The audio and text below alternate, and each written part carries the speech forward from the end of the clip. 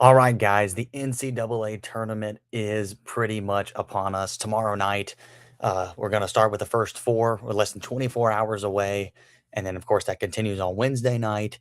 And then Thursday and Friday, of course, you got the full first round coming at us. So, super excited for this week, man. I cannot wait for this tournament to get going. Um, Also, wanted to let you know, remind you, we've already done our full bracket predictions. So, check out that video if you haven't already. Me and Dalton predicted the entire bracket last night. So that link is in the description for our full bracket breakdown. We have some picks I think that'll surprise you and some that are, not so shocking. So go look at that video and share it with others. We also have a Presley Bros bracket challenge through ESPN.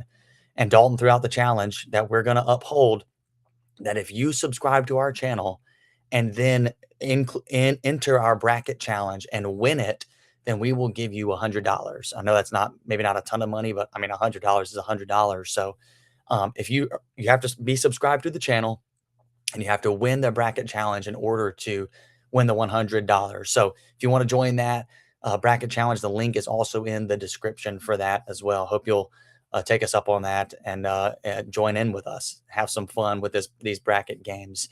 All right, we're doing NCAA tournament dark horses. Okay, and so what I want to do is talk about the teams that I think have an outside shot to make a Final Four run, maybe even win the championship. And these are the teams that, like, most people are probably not going to be having in their Final Four, right? These are teams that are just, may have flown under the radar a little bit this year and may have kind of stumbled at times this season. Maybe people have kind of forgotten about.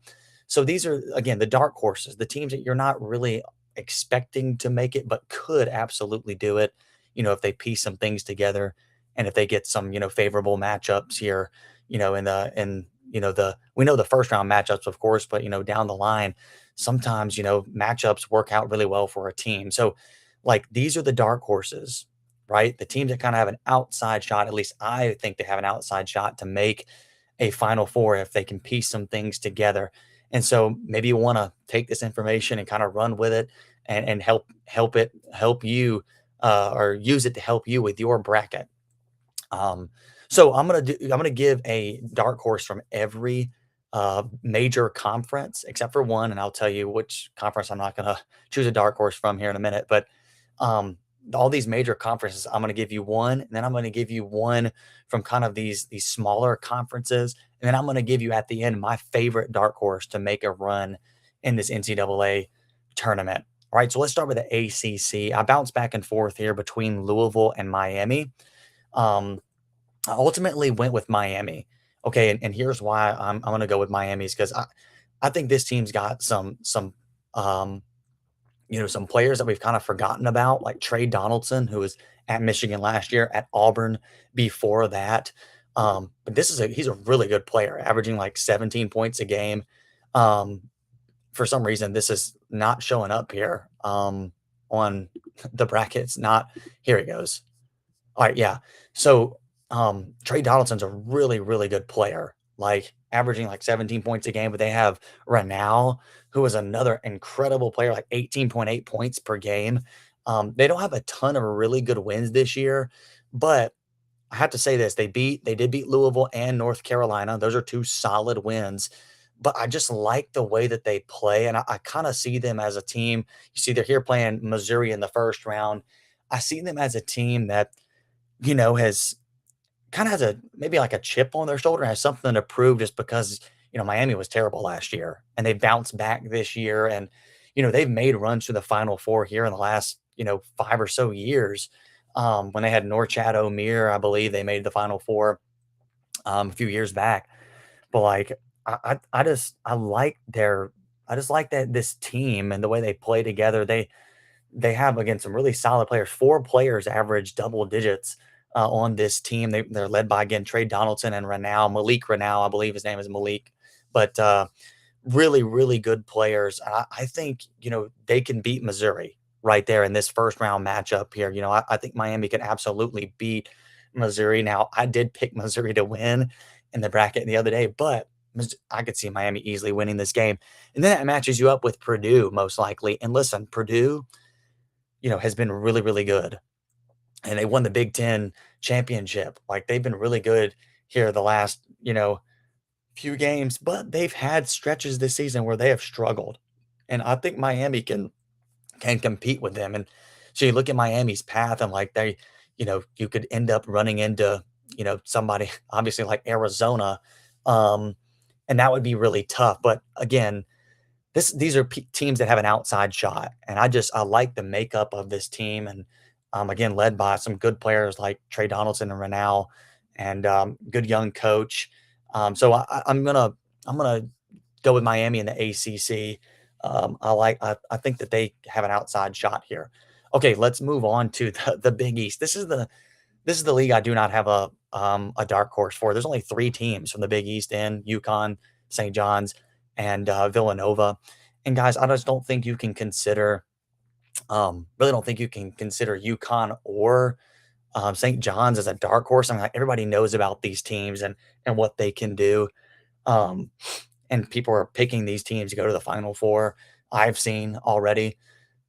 And I just don't see Villanova doing that. Like, Villanova's beaten nobody this year. So, like, Villanova's not a good dark horse pick. I'm sorry, they're not good enough.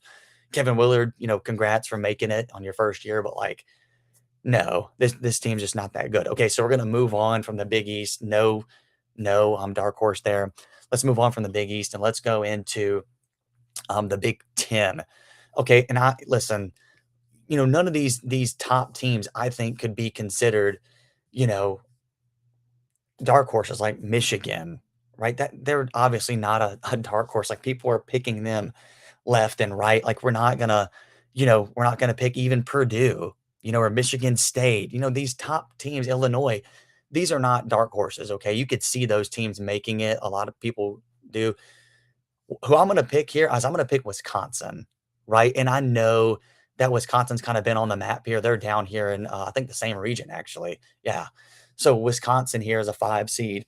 I know they've kind of been on people's radars, but they are a 5 seed and they've had some bad losses this year at times. We've talked about how they got absolutely blasted by BYU early in the year, got blasted by Nebraska earlier in the year. But at their best, they can beat anybody. Anybody. They beat Michigan at Michigan. They beat Illinois twice. They beat Michigan State. This team can beat anybody. Okay. So watch out for this team to make a run. And me and Dalton talked about it in the video the other night. If they can get past High Point here, and beat High Point, who's a good team, High Point's 30-4.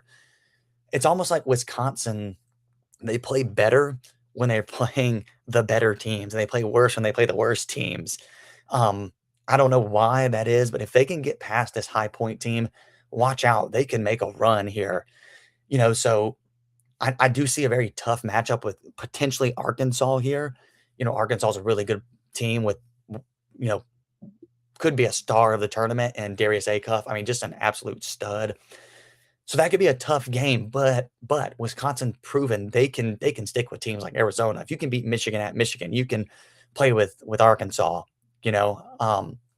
So Wisconsin, man, they could make a run here if they put some things together. And listen, this is you win that game against Arkansas, okay, and you do probably have a tough matchup with Arizona here. But again, they have proven that when they play top competition, they they level it up and they play these top teams tough. I mean, they lost to Michigan on a buzzer beater again in the Big Ten tournament after beating them at Michigan earlier in the year. So, like, you went toe to toe with one of the best teams in the country twice, beat them once, lost to them once on a buzzer beater. So, like, Wisconsin can do it. They can make this run. They've got some really good players. Blackwell is an absolute stud. Really, really good player there for Wisconsin, and they've got some other solid pieces. Really good 3-point shooting team. So watch out for Wisconsin. Nick Boyd is a star too for Wisconsin. So he's been to the Final Four before. So he's made a surprise run with FAU. Watch out for Wisconsin in the Big Ten. I still think they're a dark horse just because I don't think many people are going to pick them out of this region because not Villanova, obviously not them. Arizona is kind of that, top team that people are picking. And I get that. And also, you got a really a solid 2 seed. I mean, Purdue is solid, so I think teams are kinda people are kinda picking those teams and not picking, Wisconsin here. Sorry about that. Alright, so that's my Big 10 pick. Big 12, okay, Big 12. Again, there's a lot of this league is top heavy. Okay, and so you got teams like Houston and Arizona and Iowa State. Like these teams, I don't think you can consider them as dark horses. I think maybe you could probably consider Kansas as a dark horse, but I just don't see it with Kansas this year, especially having to run into St. John's and Duke, in the tournament early. So I just don't see Kansas doing it. If I had to pick, man, these are all in the same region here. BYU would be my pick. Okay, would be my pick to be the dark horse for the Big 12. I'm not super high on BYU. Dalton is, but here's why I'm going to say BYU.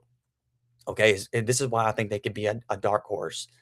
They did fade down the stretch. They lost one of their best players in Richie Saunders, but they still prove that they can beat solid teams even without him. They beat Iowa State even without Richie Saunders here towards the end of the year. But you really need to know one name. You know it. AJ Devansa, AJ Davansa, however you want to say it. Um, Absolute star. If he's not leading the nation in scoring, he's right there at the top at one, two, or three. He's got to be. Um, he could take over this tournament. He really could. He's one of those takeover players like Acuff, right? Like Peterson. But BYU could make a run if AJ Davansa just goes absolutely bananas. If he just goes crazy in this tournament, he could carry them. Because listen, I'll be honest, like Texas, NC State, look, those don't scare me, even though I did pick Texas to beat BYU. But I'm now kind of thinking about changing that. But you think about Gonzaga, they're missing one of their best players in Huff. Braden Huff, I believe, is his name. And look, without him, I think Gonzaga is even more susceptible. And I'll be honest, I think they're really misseeded. They're one of the most overseeded teams in the tournament. I think they were pretty much a 4, but they slid up to the 3 line. Um, Look, they can beat Gonzaga in that second round. I'm telling you, man. So like, watch out for BYU to make a little bit of run, and don't forget they got Robert Wright the third, came from Baylor. That dude's a stud too. So like, they've got good pieces. Kayla Kata's a good player. They made a run to the Sweet 16 last year, lost to Alabama. Just a horrible defensive showing. I think they're better this year. So even with that injury, I think that might even help them, like having something to prove. So watch out for BYU. Okay, moving on from the Big 12. Now we're gonna move on to the SEC. Okay. So with the SEC, um, this one's kind of tough. I'm thinking like, you know, maybe Arkansas or Alabama, but I don't know if those teams could qualify as dark horses just because they were like at the top of the league for most of the season. And like we know players on their teams like LeBaron Philon Jr. for Alabama, Darius Acuff for Arkansas. Although I don't think a lot of people will be picking Arkansas or Alabama to the Final Four. So I guess that could be a dark horse. But I'm going to go with what I think is a more true dark horse if this were to happen. And I'm going to go with Vandy. Okay. I'm going to go with Vanderbilt to make a to be that dark horse team from the SEC. So got to find them. Here they are right here. They're playing McNeese, which, you know, McNeese last year knocked off Clemson in a 12-5 matchup and could certainly do it again. But I really like Vandy here. Um, Look, Vandy just whooped Florida. I mean, just absolutely obliterated them in the SEC tournament. Okay, so they can beat anybody as well. All right, and they've got some absolute studs. Tyler Tanner, that guard averages about 20 points a game for Vandy. One of the most underrated players in the country. He did not get enough love this season. This dude is really, really shifty. He's got some really good moves to get to the rim. He can shoot.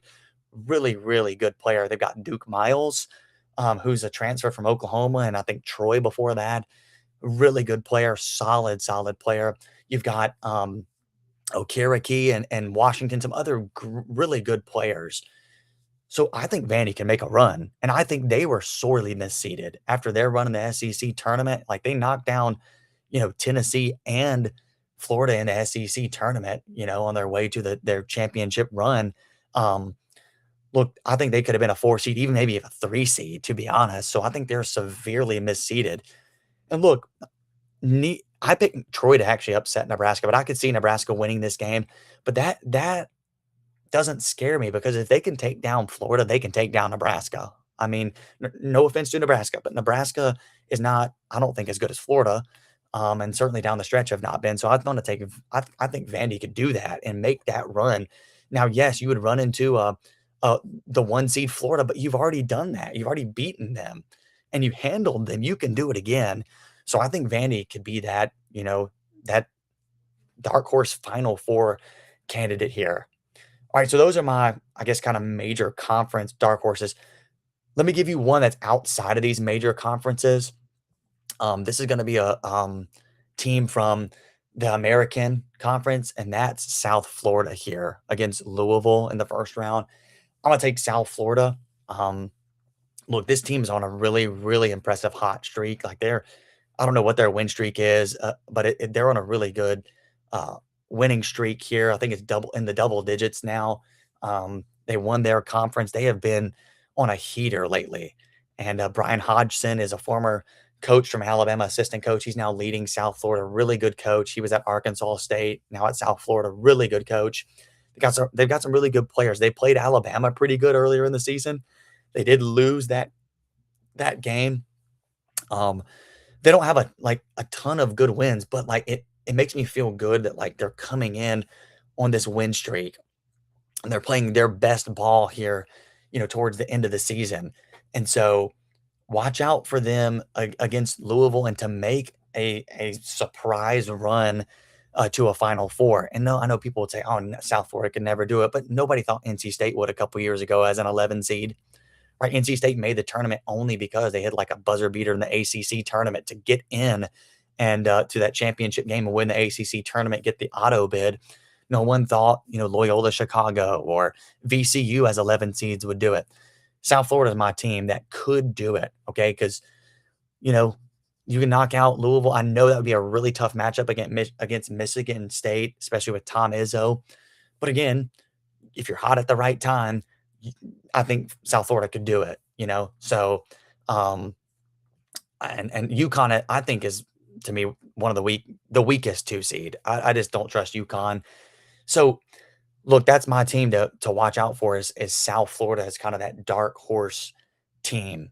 Um, so let me go back, kind of circling back around to the beginning here. ACC, I had Miami as my dark horse. Big East didn't have a dark horse because you know, there's only 3 teams. I just don't see Villanova doing it. I don't think UConn and St. John's can be considered dark horses. Um, so in the Big Ten, I had Wisconsin. Wisconsin's just, a really good solid team this year. Big 12, right? Big 12 was, um, I had BYU with Devanza, and then we had the SEC. We had Vandy. So if I had to pick a team, and then South Florida was that team outside those major conferences to be the dark horse. If I had to pick one team as my favorite dark horse for the NCAA tournament here, out of these ones I've just picked, I think I'm going to go Wisconsin. Okay, and the reason why I'm going Wisconsin is simply because again, they have proven this year that they can beat anybody, right? Impressive wins against Illinois twice, against Michigan at Michigan, against Michigan State. Okay. And Michigan State, they blew them out, right? Wisconsin can do it. They made a good run in the Big Ten tournament and just fell a little short against Michigan. They could do it.